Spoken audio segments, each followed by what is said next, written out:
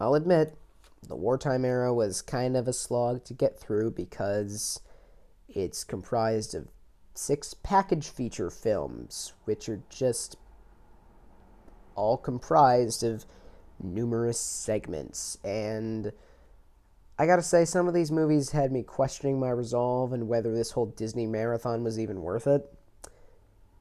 I stuck it out because I knew there were better stuff, but still, this isn't a very good era of filmmaking. I don't blame Disney for this. There was a war going on for most of this era. I mean, it was 1942 to 1949, but still, it's not that interesting of an era to actually talk about. With that said, today I, the film watcher, shall be ranking all 6 films in the Disney wartime era. This ought to be very fun. So, let's do this. In last place is Saludos Amigos. The only thing that is even mildly interesting about Saludos Amigos is the fact that Donald Duck and Goofy are in it. That is the only thing that is in any way captivating about this film. It is basically one 42-minute long commercial for Latin America. And it's not even a good commercial. Like, in animated form, the Latin Americans are ridiculously over the top in the designs.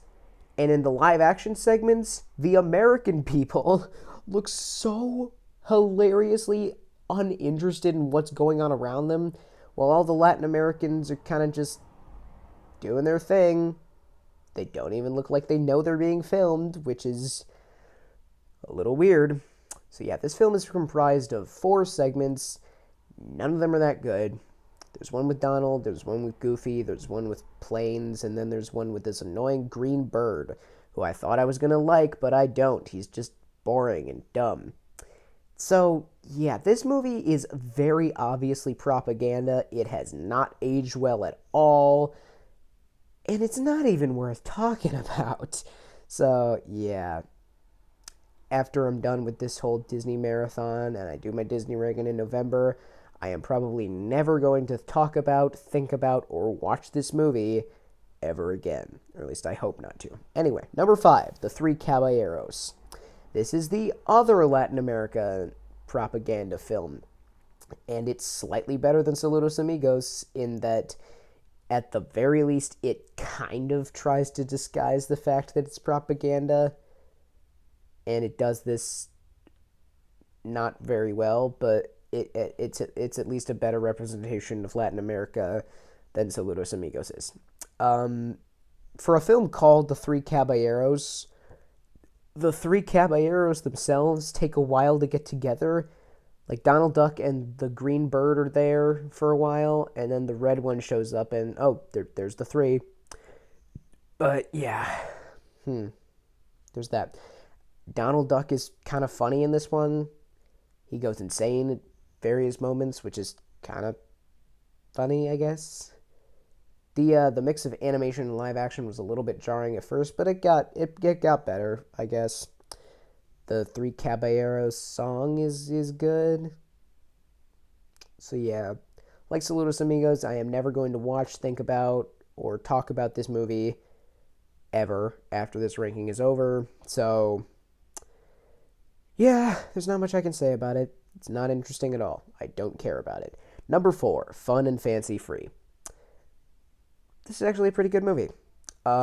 It's only 2 segments this time. One of them, Mickey and the Beanstalk, is actually pretty good. It's entertaining and kind of fun. And I like the scene at the beginning where Donald Duck eats flatware and silverware and then proceeds to remove an axe from a wall and try to murder a cow. It's hilarious. And, I mean, the songs aren't that great, but the animation is nice. And overall, I like the segment. So, what's it doing at this low on the list? If the one segment is good, because there's another segment to talk about. It is called Bongo the Bear. And I kid you not, it is literally just a bear traipsing around the woods, meandering about while the voice of Dinah Shore blares in the background, nicely blares in the background, but still blares in the background, singing some of the worst songs I have ever heard. I hate this stupid little bear. All he does is walk around. There is nothing even mildly interesting about this segment. It is one of the most boring and least appealing things that Disney has ever animated. I hate it. If I was a hunter, I'm not a hunter, but if I was a hunter, I would gather all the weapon I could get my hands on. I would find these woods on a GPS, and I would go into them, and I would shoot this bear in the face! So yeah, this movie has one good segment and one awful segment. And again, the music throughout is not very good. Also, what's up with the title? What is up with the fun and fancy free? What does that even mean? Also, there's these dumb puppets in the middle of the movie that tell the Mickey and the Beanstalk story, and I don't like them very much, but yeah, this is not interesting at all. Moving on. Number 3, Melody Time. It's fine. I mean, there are 2 pretty good segments. The ones about Pecos Bill and Johnny Appleseed. But that's it. I mean, I think there's some segments done in a unique animation style. There's some passable music. And, yeah, it's fine. There are some really dumb segments, like this one about this little boat called Little Toot who receives no repercussions despite causing a lot of issues. There's one called Blame It on the Samba, which features Donald Duck and Green Bird, who I don't like, so I don't like this segment very much. So yeah, there are a couple pretty good segments in here, but most of them are just kind of tepid and boring, and I wasn't interested at all. In fact, I don't remember a lot of the segments in this movie, aside from the ones that had a mildly unique animation style. So it's not really that bad, but there's nothing in here that's really that good either. Number 2, Make Mine Music. This is actually a lot better than I thought it was going to be. For one, the title is awful. What does it mean?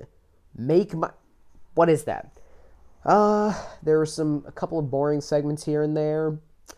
The human designs are awful. Like in one of the segments, there's a bunch of teenagers dancing around and they don't have eyes. It's like the pink elephant scene from Dumbo. Except that's supposed to look abstract, and I'm pretty sure this is supposed to look normal, and it really doesn't. So, yeah, I did not like that. Most of the shorts are pretty good. There's one about a fedora and a bonnet falling in love, and that was pretty good, I guess. There's like a Hatfields and McCoy's parody / ripoff.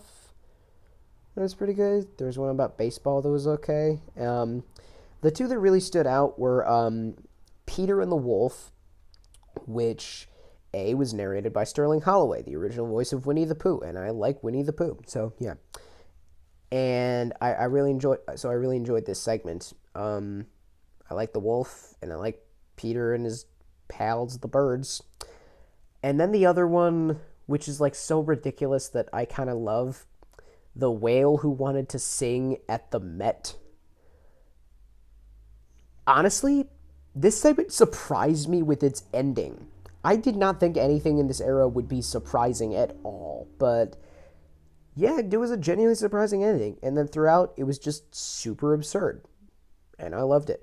Plus, this whale has a great voice, like, man alive. Anyway, so it's not great by any means, but as for this era, I'd say, yes, I enjoyed this movie a good deal. In fact, it was not on Disney+, so I had to watch each segment individually on YouTube, so that was not very fun, but still, who cares? Anyway, number 1, The Adventures of Ichabod and Mr. Toad. I had a couple problems with this one. The songs are pretty forgettable for the most part, aside from a couple in the Ichabod segment. I feel like Toad in Mr. Toad, the segment, was pardoned really quickly.